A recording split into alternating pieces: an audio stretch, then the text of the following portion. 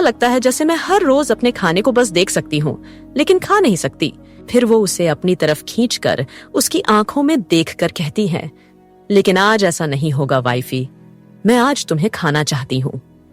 जो सुनकर रश्मि का चेहरा लाल हो जाता है, वही तृषा उसके होठों को फिर से किस करने लगती है। वो उसके मुंह में अपनी जीभ को डाल देती है और वो उसे डीपली एंड पैशनेटली किस करने लगती है। वो किस करते हुए ही रश्मि को अपनी गोद में उठा लेती है और उसे लेकर चलने लगती है। रश्मि को पता भी नहीं चलता और उसे बिस्तर पर आराम से लेटा दिया जाता है। तृषा उसे किस करते हुए ये सब कर रही थी। वहीं तृषा अपने एक हाथ से रश्मि के नीचे के तकिए को हटा देती है। जब रश्मि को सांस लेने में दिक्कत होती है, तृषा किस ब्रेक करती है। रश्मि हैरानी से खुद को बिस्तर पर देख रही थी। वहीं उसकी आंखें बड़ी बड़ी थीं और वो हाँफ रही थी। उसे ऐसे देखकर तृषा, जो अब भी खड़ी थी, वो अपनी टाई खोलने लगती है। रश्मि बस उसे देख रही थी। तृषा भी उसे ही देख रही थी। फिर तृषा उसे देखकर उसकी आंखों पर अपना हाथ रख देती है। रश्मि को कुछ समझ में नहीं आता। वहीं तृषा अपने पास से गन निकालकर उसे साइड में ड्रॉर में रख देती है और फिर वो रश्मि की आंखों से अपने हाथ को हटा देती है। वहीं रश्मि उसे देखकर कहती है, आप अभी क्या कर रही थी? जो सुनकर तृषा उसे देखकर मुस्कुरा कर कहती है, कुछ नहीं, बस अपने कपड़े निकाल रही थी। क्यों, तुम्हें देखना है? जो सुनकर रश्मि दूसरी तरफ चेहरा कर लेती है, जो देखकर तृषा उसके चेहरे को अपनी तरफ कर लेती है और फिर वो बिस्तर पर आ जाती है। रश्मि को लगा कि तृषा जरूर सोने वाली है, लेकिन तृषा उसके ऊपर आ जाती है। वो रश्मि के दोनों पैरों के बीच में अपने घुटने को रख देती है और फिर वो अपने दोनों हाथों को उसके दोनों तरफ रखकर उसे देखते हुए उसके ऊपर झुककर उसके होठों को धीरे से काट लेती है। वहीं रश्मि उसे देख रही थी। उसे कुछ भी समझ में नहीं आ रहा था।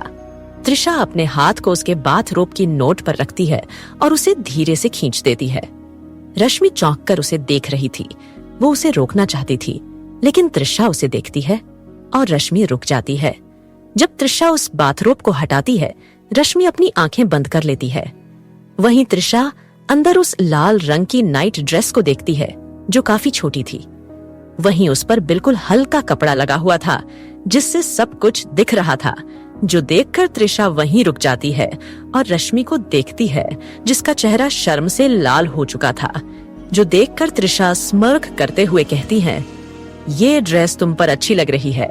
वैसे मुझे नहीं पता था कि तुम मुझे ऐसा कुछ गिफ्ट दोगी। जो सुनकर रश्मि उससे नजरें चुराते हुए कहती हैं, ये ड्रेस रिया लाई थी।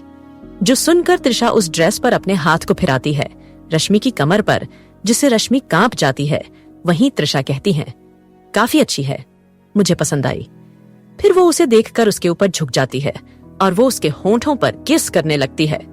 वहीं उसका हाथ रश्मि की कमर को नाप रहा था, उसे सहला रहा था। उसके कमर से होते हुए उसके पेट को सहलाती है। वहीं रश्मि तो उस किस में खो चुकी थी। तृषा जब रश्मि से किस ब्रेक करती है, तो वो उसकी गर्दन पर, गालों पर किस करने लगती है। वहीं उसके हाथ उस ड्रेस को खोलने लगते हैं। रश्मि तो बस उसमें खोई हुई थी। तृषा उस ड्रेस को हटा रही थी, खोल रही थी। तभी उसे कुछ फटने की आवाज आती है।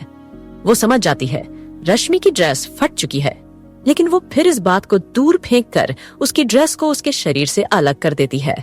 अब उसके सामने रश्मि थी और वो भी अपने इनर क्लोथ्स में। वही रश्मि को जब एसी की ठंडी हवा खुद पर महसूस होती है, वो अंदर से कांप उठती है। अब रश्मि अपनी आंखें खोलकर तृषा को देखती है, जो उसकी गर्दन से होते हुए उसके सीने तक आ चुकी थी। रश्मि को अपने अंदर एक अलग ही सिरहन महसूस होती है। रश्मि को जब महसूस होता है कि तृषा कहाँ है, उसे अपने अंदर एक सिरहन महसूस होती है। वो कुछ कहना चाहती थी, करना चाहती थी, लेकिन वो कुछ भी नहीं कर सकती थी। रश्मि धीरे से तृषा का नाम लेती है, जिस पर तृषा ऊपर उठकर उसकी आंखों में देखती है। जो देखकर रश्मि उससे अपनी नजरें चुराकर कहती हैं, आप ये सब। वहीं उसने बस ऐसा कहा ही था कि तृषा उसे देखकर उसका हाथ अपने सीने पर रख देती है। वहीं इससे रश्मि चौंक जाती है और तृषा उसे देखकर कहती है, अब मैं पीछे नहीं हट सकती, so don't stop me wifey. जो कहकर वो फिर से नीचे चली जाती है। वहीं रश्मि को सब ऐसा लग रहा था, वो तो गई, तभी उसके मुंह से आह निकल जाती है, क्योंकि तृषा का हाथ उसके सीने पर था, जो महसूस करके रश्मि अपने होंठों को काटने लगती है। तभी वो देखती है तृषा ऊपर उठकर अपनी शर्ट निकाल देती है। वहीं उसे ऐसे देखकर रश्मि बस देख रही थी। वहीं तृषा उसे देखकर कहती है, आई लव यू, जो सुनकर रश्मि भी कहती है, आई लव यू टू।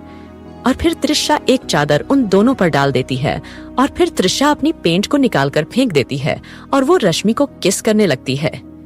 रात उनके इस प्यार की, इस मिलन की गवाह बनती है। रश्मि के हाथों की मुट्ठी कस जाती है। वहीं उसकी सांसें जैसे रुक गई हो, उसके मुंह से चीख बाहर आती है। वहीं तृषा बस उसे देख रही थी। रश्मि की आंखों के कोनों से आंसू बहने लगते हैं, जो तकिए को भीगो देती है। अब कमरे में बस तृषा की तेज सांसें और रश्मि की सिसकियां सुनाई दे रही थी। रश्मि की हालत धीरे धीरे खराब हो रही थी। वो अपने होश खोने लगती है। वहीं तृषा के माथे पर हल्का पसीना आ रहा था। 2 घंटे बाद रश्मि थक कर चूर हो चुकी थी। वहीं तृषा भी उसके ऊपर गिर जाती है। तृषा को ऐसे देखकर रश्मि अपने हाथ को भी नहीं उठा पाती। उसकी हालत इतनी ज्यादा खराब हो चुकी थी, तृषा अपने आप को उसके ऊपर गिरा देती है। रश्मि भी अपनी आंखें बंद कर लेती है और खुद को शांत करने लगती है। तभी उसे तृषा की आवाज आती है, आई लव यू, जो सुनकर रश्मि अपनी आंखें बंद करके खुद को शांत करते हुए कहती हैं, आई लव यू टू। वो दोनों ऐसे ही सो जाते हैं। तृषा पहले ही थकी हुई थी, सारा दिन काम करके, वहीं रात को इस एक्सरसाइज से वो अब बिल्कुल थक चुकी थी। वो हटने तक की या अलग होने की हिम्मत भी नहीं रखती थी।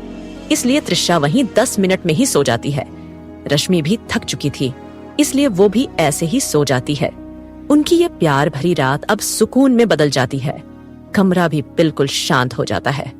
सुबह 6 बजे सूरज की किरणें खिड़की से अंदर आ रही थीं। यहाँ धूप तेज नहीं होती, लेकिन ये काफी सुकून भरी होती है। ये धूप उन दोनों सो रहे खूबसूरत चेहरों पर अपनी आंखें धीरे धीरे खोलती है। वहीं वो अपनी आंखों के